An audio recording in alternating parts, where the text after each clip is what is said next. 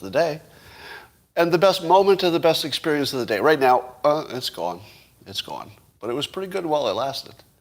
Hey, how would you like to take it up a level? And I think we need to drink our morning toast to the truckers. How about it?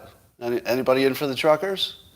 Let's support the truckers, support the citizens who want to end the mandate.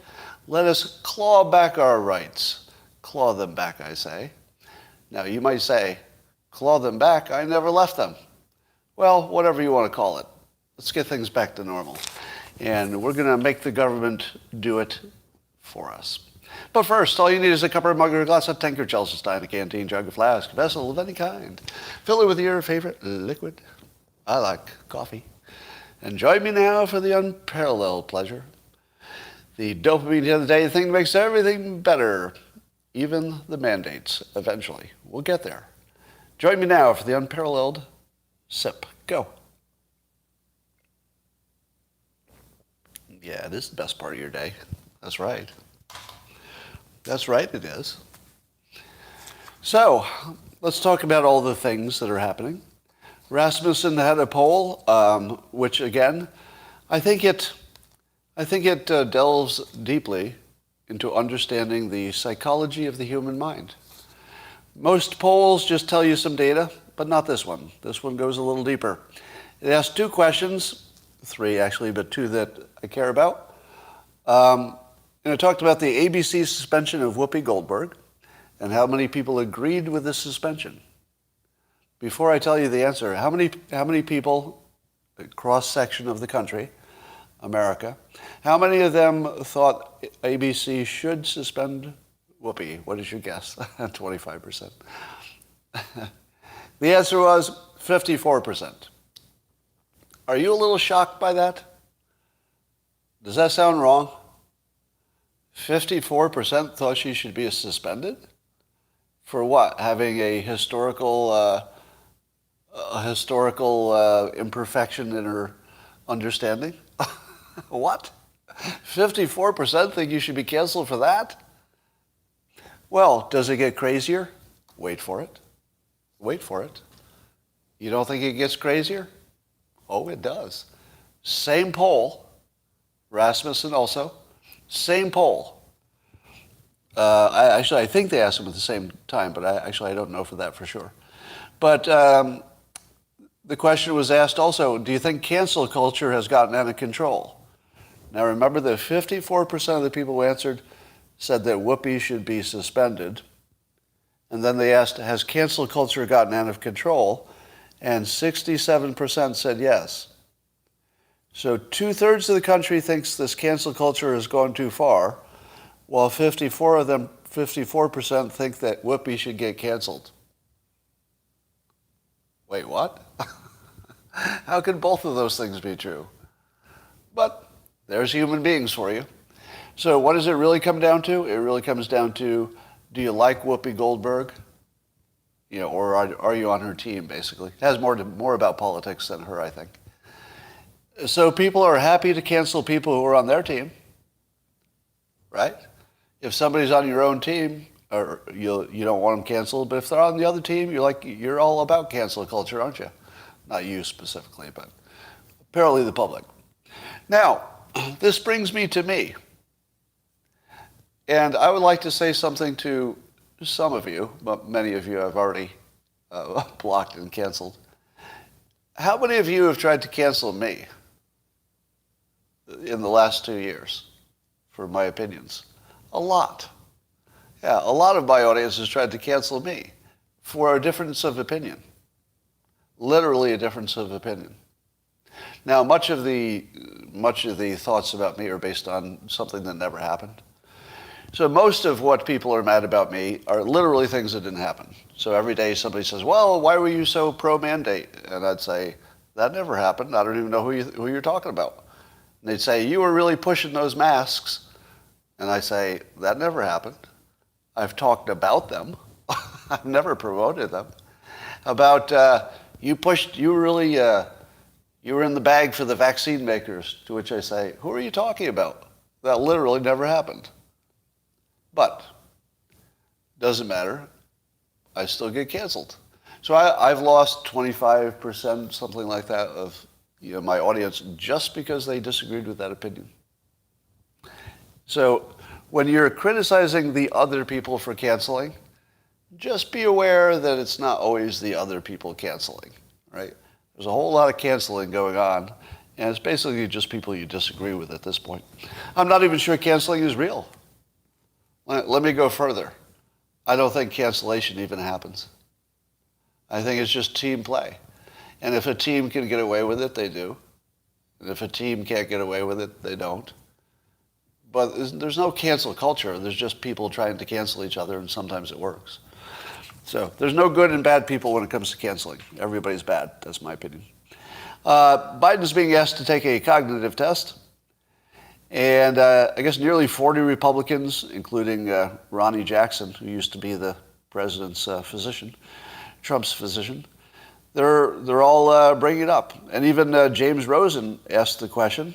I like how he asked it. He goes, I'd like to raise a delicate subject, but with utmost respect for your life accomplishments and the high office you hold. That's about as well as you can ask that question. Think about what it's like to ask the President of the United States in public if he is mentally incapable. That's a pretty delicate thing, isn't it? But look at I don't know how much time he spent on the lead up to the question, but I'll bet he spends a lot of time. I'd like to raise a delicate subject, but with the utmost respect for your life accomplishments and the high office you hold. Now that is how to ask a question. That is how you ask that question. Nicely done, James Rosen. And he said, a poll released this morning by Politico, a morning consult, found that 49% of registered voters, remember this isn't just Republicans, but 49% of registered voters disagreeing with the statement that Joe Biden is mentally fit. And when Rosen asked Biden why he thought so many people believe that, Biden responded, I have no idea. That feels like a confirmation. I have no idea. I feel as though a mentally fit person could have answered that question a little more capably, a little bit better. For example, they might have said, oh, that's mostly politics and people believing things out of context. I might have said, yeah, you can make anybody look ridiculous with video edits. You might say, oh, I think my age is starting to show a little bit, but my decision-making is still solid. You're all in good shape. There are so many ways to answer that question, but I have no idea is the only one that makes it sound like it's true, that he's mentally incapable. So he picked that one. And why is it that we've gone this long without a cognitive test of the president? Now, what would the percentage of the public need to be that strongly suspected the president was not mentally fit? What percentage of the public should pretty much automatically trigger that kind of a test? 25? 25 might be too low, because I think you could get 25% of anybody to attack any president, right? How about 50%? If 50% of the public was concerned about the president's mental health, don't you think that should trigger a cognitive test? Now, maybe 50% based on 3 different polls or something like that. But shouldn't we have some kind of a standard? I'm not even sure 40% is high enough, because 40% ends up being really close to the political party number. You need to get a bunch of people from the other team, or I don't think it counts. And at 54%, you're getting a bunch of Democrats, right? I think, unless it's just all independents, I suppose. But I think 50% should be our cutoff for automatic cognitive tests. And why can't we make that a standard? It doesn't have to be a law. But, there are certain standards, such as presidents give you their tax returns and things like that. So we do have things that are just standards we agree are reasonable. And I would like to put it out there that if you're over 50% in national polls, maybe you need 3 polls just to make sure you don't have an outlier poll. But let's say if you have 3 polls that put you over 50%, automatic cognitive test. Who would disagree with that? And by the way, it should apply if it's Trump. It should apply if it's anybody, right? I'm not taking sides. Does anybody disagree with that? Now, I'd like to remind you that prior to Trump running the first time, I always said that we shouldn't have presidents that old. So I was never in favor of anyone Trump's age being president. I'm just not in favor of that. But it happens. You disagree. Bradley disagrees. Interesting. Oh, how about test everybody over the age of 75? Well, I'm not sure that's necessary. I used the example of Chris Wallace yesterday. I was amazed to find out he's 75. Do you think Chris Wallace needs a cognitive test? Joking aside. Yeah, okay, joking aside, though. Come on. I know you're being political now. But joking aside, he doesn't need a cognitive test. I don't think so. Well, okay, maybe you think so. All right. Let's see what else is going on here. So Rumble, the competitor to YouTube, that's free speech kind of an entity, I guess I should disclose that because Rumble partnered with locals, I think I have some kind of shares of something. So I have some kind of conflict of interest in this that you should be aware of. But Rumble has offered $100 million to Joe Rogan if he leaves Spotify and goes to their platform. Now, how smart is that offer? Now, you know that Spotify is being asked to fire Joe Rogan, and it's a lot of pressure, et cetera.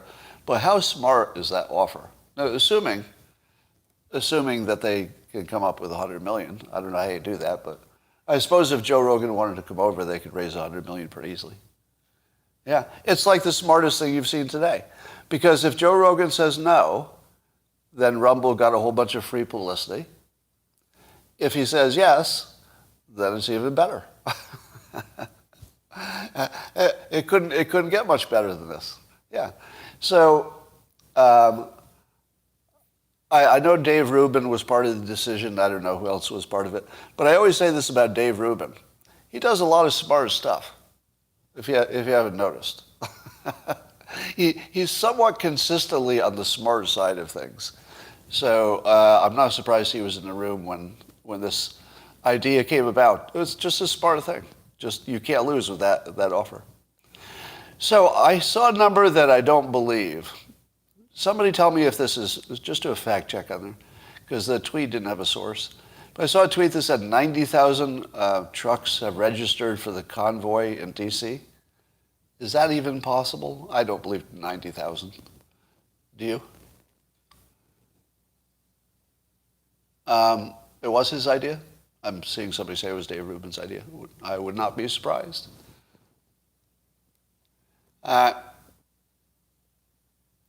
Okay. So 90,000 truckers, is that real? I don't think so. But let's say there are a lot of them. Meanwhile, there are trucker convoys all over the place. You can read all about them. But if you thought this trucker convoy thing was going to be brief and then go away, apparently not. Apparently the trucker thing is just growing, and is growing internationally. And this is what I call productive pressure. This is productive pressure. It's a great time to be alive, honestly. I think this is a good lesson for the children who are watching it. It's a tough time to be a kid, masks and all, really tough time to be a kid. But one of the things the kids are going to get out of this is watching the adults navigate this situation. And what we hope they're watching, is they're watching the adults fight like hell to claw back their rights, especially for the kids. Now, you hope the kids remember this, don't you? Don't you hope they remember this? Because these truckers are fighting for them, and they're fighting against their governments, what they think are oppressive requirements, and they're putting the energy into it. This is the best fight you will ever see, because both sides are trying to protect the public. Now, you could argue one side is being too political. The side, in this case, not being Democrat or Republican, but the side being anybody who wants the mandates in place. More Republicans, or more Democrats than Republicans. But What is better than a fight where everybody's trying to win the best outcome for the public? That's really good. That's productive. So this is the kind of protest that is nothing but productive. The government requires this kind of public involvement to do what it probably wants to do, which is get back to something like normal. But we need to push it. It's not going to happen on its own. Do you know what governments are really good at? Creating new rules and policies. They're good at creating new ones. You know what they're bad at? Ending anything, right? Bad at ending Vietnam, bad at ending Afghanistan, bad at ending anything, right? I think you'd all agree with that. Governments are good at starting, bad at ending. Do you know who's good at ending things? The public, right? So what you're seeing, on one hand, it looks like, some kind of a fight. There's some kind of fight happening between the governments and the people. That's not exactly what's happening. It's not exactly what's happening. I think another filter on this is that it's a handoff. Basically, the government needs the public to do what the public is doing, push hard, so that the politicians have the cover to do what they probably want to do, which is get back to normal. Now, I've never believed the politicians want us to be oppressed forever for nefarious reasons. And if anybody has that opinion, it's not just your rank and file members of Congress. They're not thinking that. So, if some do, they're not the ones who matter for this. So, I think we should be seeing this as sort of two parts working together. Our government being a good starter, our public being a good finisher, and the government is starting to hand off. As you see the dominoes falling, one state after another announcing the end of mandates, you're starting to see the handoff. And there's nothing wrong with that. So we should see it as a fight only to the extent that you have to fight for freedom, but it's not a fight against each other. That's one of the things we all have to understand, and I think we do, because these protests have been largely peaceful, right? So this is brother against brother, sister against sister. This is not a fight. This is a handoff. And if you treat it as a handoff, it's the public that can claw back their rights, not the government. The government can't give us our rights back. We have to go get it. And now it's time. The hardest part was waiting, wasn't it? The hardest part was waiting for the right moment. Because if you start too soon, you lose your credibility. If infections are going through the roof and you're trying to get back your rights, well, it's a weaker argument. Even if you think the mandates didn't work, it's still a weaker argument because other people think they did. So finally, the data is in the point, and Omicron and vaccinations and all that, the other stuff. Finally, we reached the point where the public can take the handoff. And they are. They stepped up. So you're seeing something that looks like a fight, which is, in my opinion, everything working the way it's supposed to work. It's working exactly the way it's supposed to work. And it looks like it's on schedule somewhat, meaning that in the next several weeks, we're going to see big changes of getting back to normal, just the way it should work. So if you're feeling down about any of this, it's all heading in the right direction, and it's not going to stop. So the public have taken control exactly as they were supposed to do. This is everything working the way it's supposed to work. Just slower than you want it. It's just slower. That's the only problem. One of my favorite hobbies, as I've said before, is watching Ben Shapiro annihilate people's bad arguments. And here's one that just made me laugh. So, there's Flores, the gentleman who's challenging the fact that the NFL coaches are all white while 70% of the players are black. And if you hear that statistic without any context, you'd say to yourself, well, that's a pretty obvious discrimination. And if they can fix it in basketball, basketball has roughly a good number of black coaches, and that seems to make more sense with a number of black players. So Ben Shapiro tweets in response to, why aren't there, if 70% of the players are black, why don't you have any black coaches? And Ben Shapiro tweets, 70% of NFL players are black. What are the odds? Because he was responding to a tweet that said, what are the odds? Now, here's the beautiful part about this. Ben doesn't need to complete the argument because it just sits there complete the way it is. Here's the complete argument. Either both things are racist or neither. It's either racist that 70% of players are black.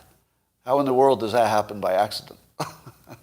Or it's racist that we have no black coaches. Again, how the hell does that happen by accident? Right? So here's the problem. You can't have it both ways. You can't have it both ways if you're even trying to be smart. The only way you can try to be smart is to say they're either both racist or they're not, both not. You just can't have it both ways. You can't have, hey, there's nothing to see here, 70% of the athletes are black, and then, there's nothing to see here. It just doesn't work. So I think if Shapiro took the argument further, he would get into, hey, you're racist territory. But just putting it out there is just hilarious. Like the argument doesn't need to be completed. It could just lay there and let people deal with it. Anyway, that always amuses me. More about Ukraine. Was I one of the first people you saw? And I can't remember if I read it first. So this is just one of those cases I need you to check my memory. Was I one of the first people to say Putin is really screwed because he can't attack and he can't not attack? Like he doesn't have any options. I guess other people must have said that. But I'm starting to see that as more of a mainstream opinion, that I think Biden's winning, right? It looks like Biden actually played this, maybe. I mean, it's way too early to know. But at the moment, it looks like the Biden administration may have played this perfectly. Now, I don't know, that's not to say that Trump or somebody else wouldn't have done better. We don't know that. But at this point, it looks like Putin really can't attack. That it looks like we've made such a clear price for that it would be crazy. Now, one of the things that you forget about is that Russia requires chips. They require microchips, and they require a lot of specialized equipment that maybe they could get from China, but they'd wish they hadn't. So the argument is that Putin either needs to be, let's say, a little buddy of America or a little buddy of China. Because it's just I don't need to give you the whole reasons. But by the time we get into space, Russia is going to want to have a partner. And at least some thinking, I read this morning, and I forgot who wrote it, but there's at least one school of thought that says that Putin would prefer to be allied with the United States. What do you think of that? What do you think of and I think this would just be more speculation. Do you think it's true that if Putin had a choice, he would rather have a strong association with the United States compared to China? Now, I suppose he'd want a strong association with both, I guess. But Russia has more in common with China, somebody's saying. I don't know. I don't think so. Because I think culture is closer to the U.S., and that matters more. And race, too, frankly. You hate to say that race is in every single story, but it's pretty much in every single story. I think that the Russians just have more feel for the United States. I'm guessing. Governing philosophy is similar. I don't know. I'm not sure that binds any two countries. Any chance we could be allies with China? I don't think so. I don't think culturally that's going to work. Not in the short run. All right, well, so I would say again that we have a situation here where Putin requires a creative exit strategy. And a creative exit strategy would look roughly like this. Making it look like he got something, but not giving him anything. Or it could be giving him something in return for some other thing that has nothing to do with Ukraine. So it seems to me that the real deal may not ever be known by the public. Much like the Cuban Missile, if there are any historians here, Historians, please help me out. My understanding is that the Cuban Missile Deal was a secret deal. That's true, right? What the public thought the deal was is not what the actual deal was. There was a deal behind the scenes. So will we ever know what the deal is? And should we? I'm not sure we should. You're incorrect, Scott, John Cook says. Incorrect that it was a secret deal? Say more about that if you're sure about it.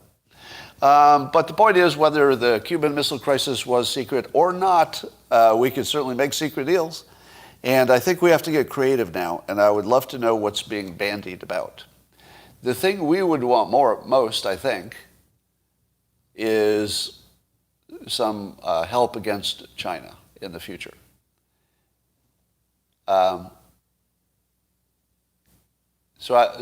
We gave up missiles in Turkey, but I think there was more than that we gave up. I think there was even a deeper secret than the missiles in Turkey. I think that was the fake out part. All right. So anyway, we'll see what happens there, but I think something creative might come out of that might be positive. Meanwhile, NBC is on track for the lowest Winter Olympics ratings of all time. Yay. Are any of you watching even one event in the Winter Olympics? Which I call the Thanks for the Fentanyl Olympics. Nope. I will not click on a link. I won't even turn on my TV so that it accidentally tunes to that network as I'm flipping through the channels. Does anybody flip through channels anymore? Is that even a thing? I just use apps. I don't flip through channels anymore. Yeah, I don't have channels either. I just have apps. They're two very old cults that are very much still in charge and must kick the farm before Russia. Now, you think that Biden and Putin both have to be gone before we could be friends with Russia? Maybe. But I think they're both flexible enough, if it made sense. So, how about a hand for the public? So what has the public done recently? Well, the public is tearing down the mandate walls. It looks like the public has told NBC to go fuck themselves if they're going to cover the Olympics. That's the public. That is not our government.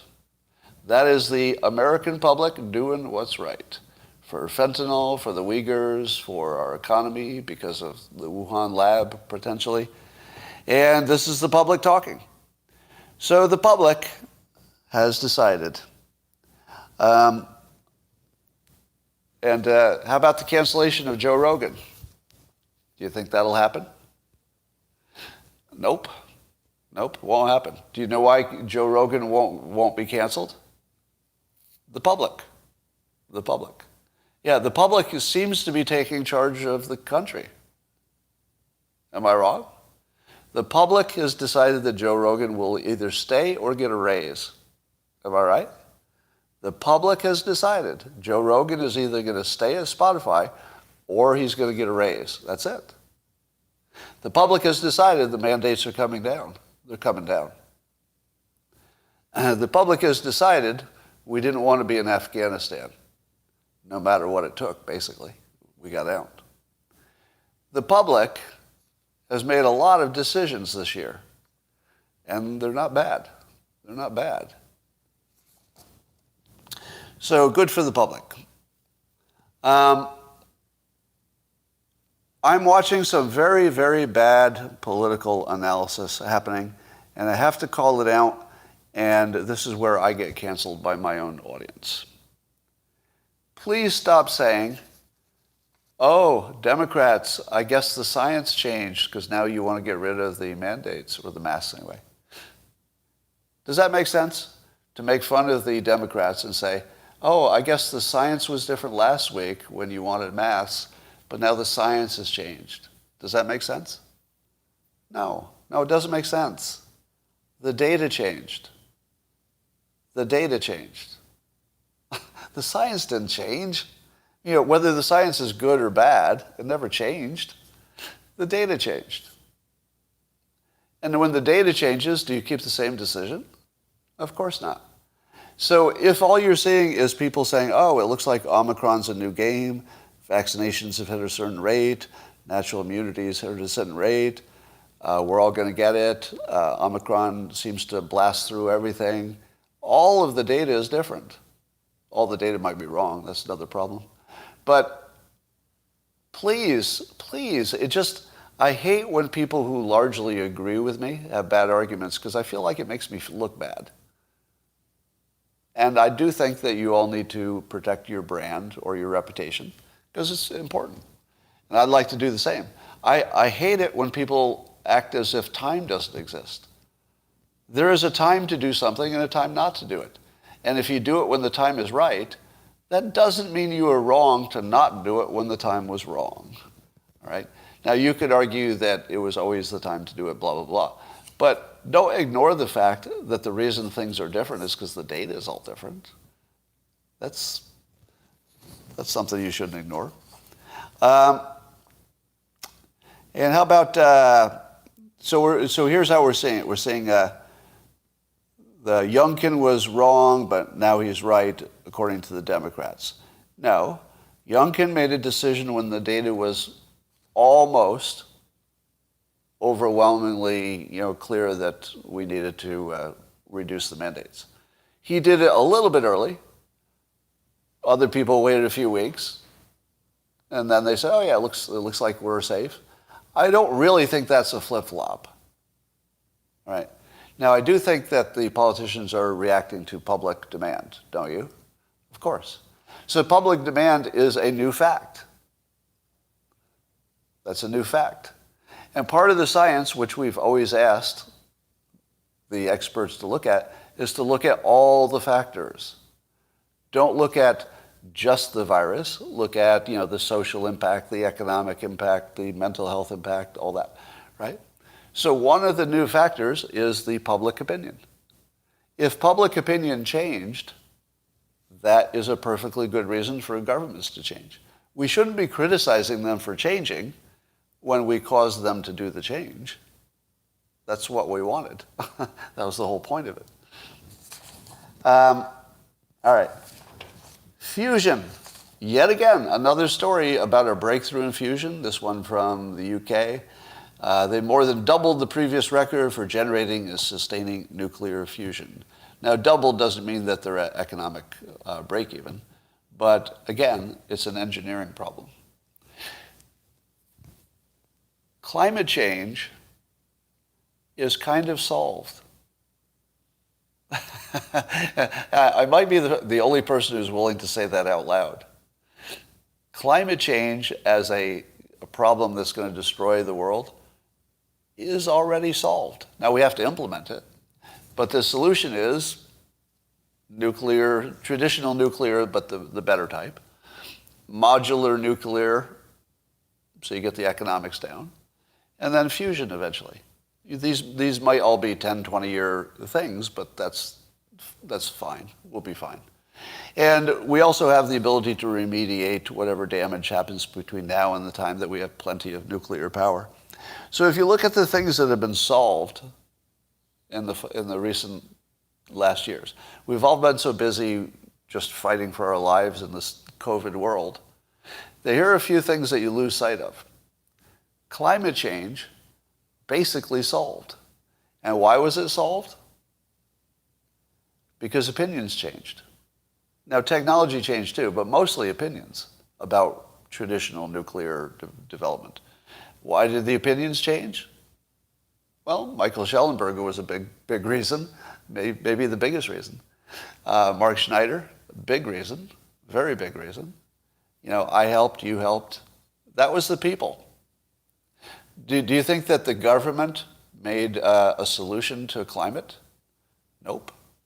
Greta Thunberg, a citizen, made a big deal about it. And then people like you and I, separately, whether we were worried about climate change or not, were making a big deal about nuclear needs to be part of the mix no matter what you think, because we just need the energy. We can't run out of energy, so you need it. So the public solved climate change, not the scientists. Think about that. It wasn't the scientists that solved climate change. I mean, of course, the scientists have to build the nuclear reactors and stuff. Like they're not irrelevant. But in terms of the movement of the strategy of the country, that was the people. The government did not convince the people. Did you see that happening? It wasn't the government that convinced the people to do nuclear. That never happened. It was literally the people who convinced the government. And that happened really in the last 2 years, I'd say. That is remarkable. It's like freaking unbelievable. The biggest problem in the world, the public solved it directly by changing our opinions on the one thing that could have solved it. So that's happening. Now, what is the outcome of the pandemic? One of the outcomes of the pandemic is we really got a lot smarter about a lot of stuff. Right? So, we can mourn our losses. Let's not lose sight that we lost a lot of people. But we learned a lot. And we probably will be able to get on top of maybe not just the common cold, maybe flus. Maybe we've got a whole new set of tools for everything. I mean, medically, we're way ahead. If the only thing that came of this was dropping the state restriction about telehealth, I mean, that's pretty huge. There's a bunch of huge benefits that came out of the pandemic, in the same way that huge benefits come out of a war. You don't want the war, but you do get radar out of it. You get a bunch of developments. You get the nuclear bomb, if you like that. So we've got pandemics going in the right way. We've got, how about homeschooling? Are you watching Corey DeAngelis just kill it? I mean, he's just killing it, spreading the homeschool message and reporting it back and building up public support. So who was behind homeschooling? So what is the biggest threat? Let's say, what is the biggest cause of systemic racism? Biggest cause of systemic racism? The schools. The schools are bad. If we had good schools everywhere, then no matter what bad situation you were born into, your odds of having a strategy out would be pretty good. Just pay attention in school. Do your homework. You'll be fine. But we don't have that. So now, who solved the problem of the schools being crappy? Well, it's not solved, but the public took over because the teachers' unions, the Democrats, et cetera, just weren't going to get it done. So the people decided that they would keep pushing for these fund the student instead of the system, and state after state after state, and Corey DeAngelis is a big part of this, I think, are lining him up and knocking him down. So there are more states, almost every day, there's a new state introducing legislation or passing legislation to put funding in the hands of the kids so they can take their money and go to a private or just a non-public school. So the public did that. So the public is working on, and is lots of progress, on a solution to systemic racism. Now, let me play fair. Do you mind? Would you give me permission to say something good about, let's say, who you think is the other side, in all likelihood, based on my audience? Why did we solve the school problem? Well, mostly just to get better schools and less CRT and all that stuff. But I'm not sure if we hadn't had the Black Lives movement, Black Lives Matter, I'm not sure that we would have had as much energy to fix the school system. So again, whether you're pro or con the Black Lives Matter messaging, it was the public. It was the public saying, hey, we think there's a big systemic problem. And then who solved it? The public. It wasn't even the politicians. I mean, so far it looks like the public just pushing the politicians to fix the schools, which are the biggest source of racism. So we are in a really weird time right now. And the weird time is this. We've fixed just about everything. Or it's on the way to being fixed. This is one of the most optimistic moments in history I've ever seen. But we, because of the nature of the news, it's all doom and gloom and we've lost our rights and Russia's going to war and stuff. But wow, are we heading in the right direction on everything? And we're frickin' killing it as human beings. We just can't see it because we're right in the middle of it.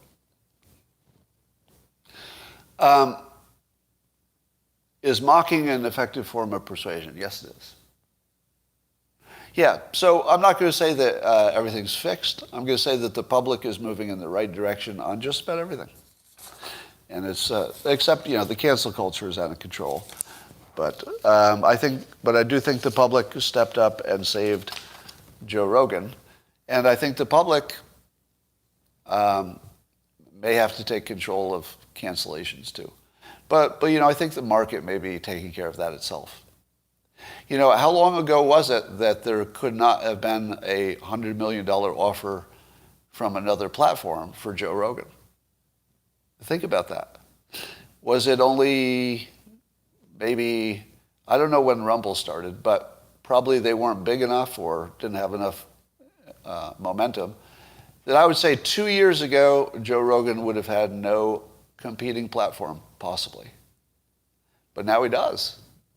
So he's protected because not only has the public, in a way, the public is what created these alternative platforms because they couldn't have succeeded without a big public energy toward them.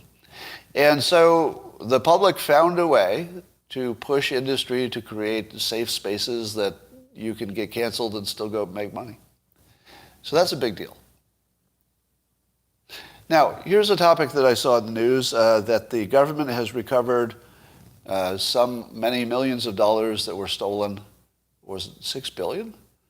That were stolen of Bitcoin. To which you probably all said to yourself, what? How can you recover stolen Bitcoin? You ever wonder that? Because what about all that privacy? Right? Now, what was it, 3 billion? 3 billion they recovered. So whatever the number was, it was some big number they recovered. But here's the part that surprised me.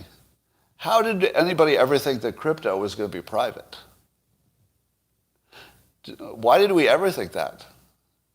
Because as long as you know who the human is who has the crypto account, you can just force them to give you the password. Right? There's some amount of jail that will make anybody give you a password. So, did we ever really have any kind of privacy? Because the government, if they have a reason, they can ask for it. If they don't have a reason, well, what's the difference? You hack the PC that accesses the wall. Yeah, there got to be, I'll bet there are several ways to get at somebody's crypto. And the government has the best one. They can control the human being, and then you control everything. All right. Well, I still think the big push for Bitcoin in particular is going to be when the public decides that you have to have some of it in your portfolio. How far are we from that? So this is the reason that I hold it. I hold it just as a diversification thing, so it's a small part of the portfolio. But the reason I hold it is that there's going to be a day, and it'll happen probably in 1 year, where all the financial analysts will start saying the same thing.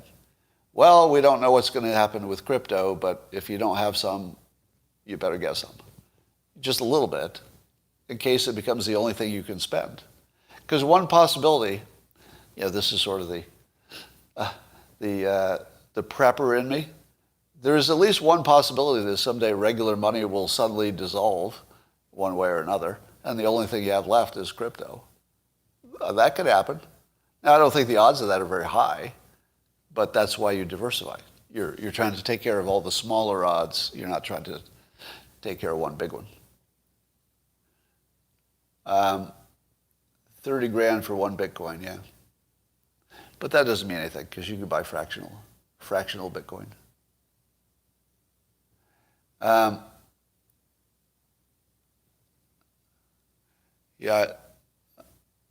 Nassim Taleb has a black paper on Bitcoin and predicts it will crash. Well, how hard is that to predict? Let me make a prediction about a financial instrument, and it doesn't even matter which one it is. I predict it will someday crash because I'm magic. Do you know what else will someday crash? Everything. Do you think the market will someday crash? Yeah, of course. Do you think every company will someday crash? So far, all of them. Gold? Sure, someday. I think everything crashes. So I don't consider Nassim Taleb to be my, let's say, he's not my guiding star. Your mileage might differ. Yeah, there could be something that takes out the internet, but not cash money, that's true. But you want to be protected either way. Crypto will eventually be hacked as computing power increases, you say. I don't know. Will the Joe Rogan stuff backfire on the cancel crowd? I don't think it'll backfire. I think it just won't work. You know, we should also talk about people who are partially canceled, because I consider myself partially canceled. If you were to Google me, if you didn't know anything about me, what do you think you would find out about me if you Googled me? Think about this question. You had no prior conception. You'd never heard of me, never heard my name. Then you go online and you say, well, let's figure out who this guy's about, what he's about. And they Google me. It's going to say I'm a right-wing MAGA supporter. Those two things are not true. It's going to say that I'm a misogynist because of something taken out of context, right? Do you know what the only thing it won't say? It won't say I'm a racist. Because so far, somehow I've managed to not fall into any of those traps. Like that, as far as I know, I don't think there's anything on the internet that would say that. Now, usually those are something taken out of context or whatever. But I don't think I even said anything that could be taken out of context, amazingly. Amazingly, it's hard to do, but amazingly. So I think I'm only being accused of other things.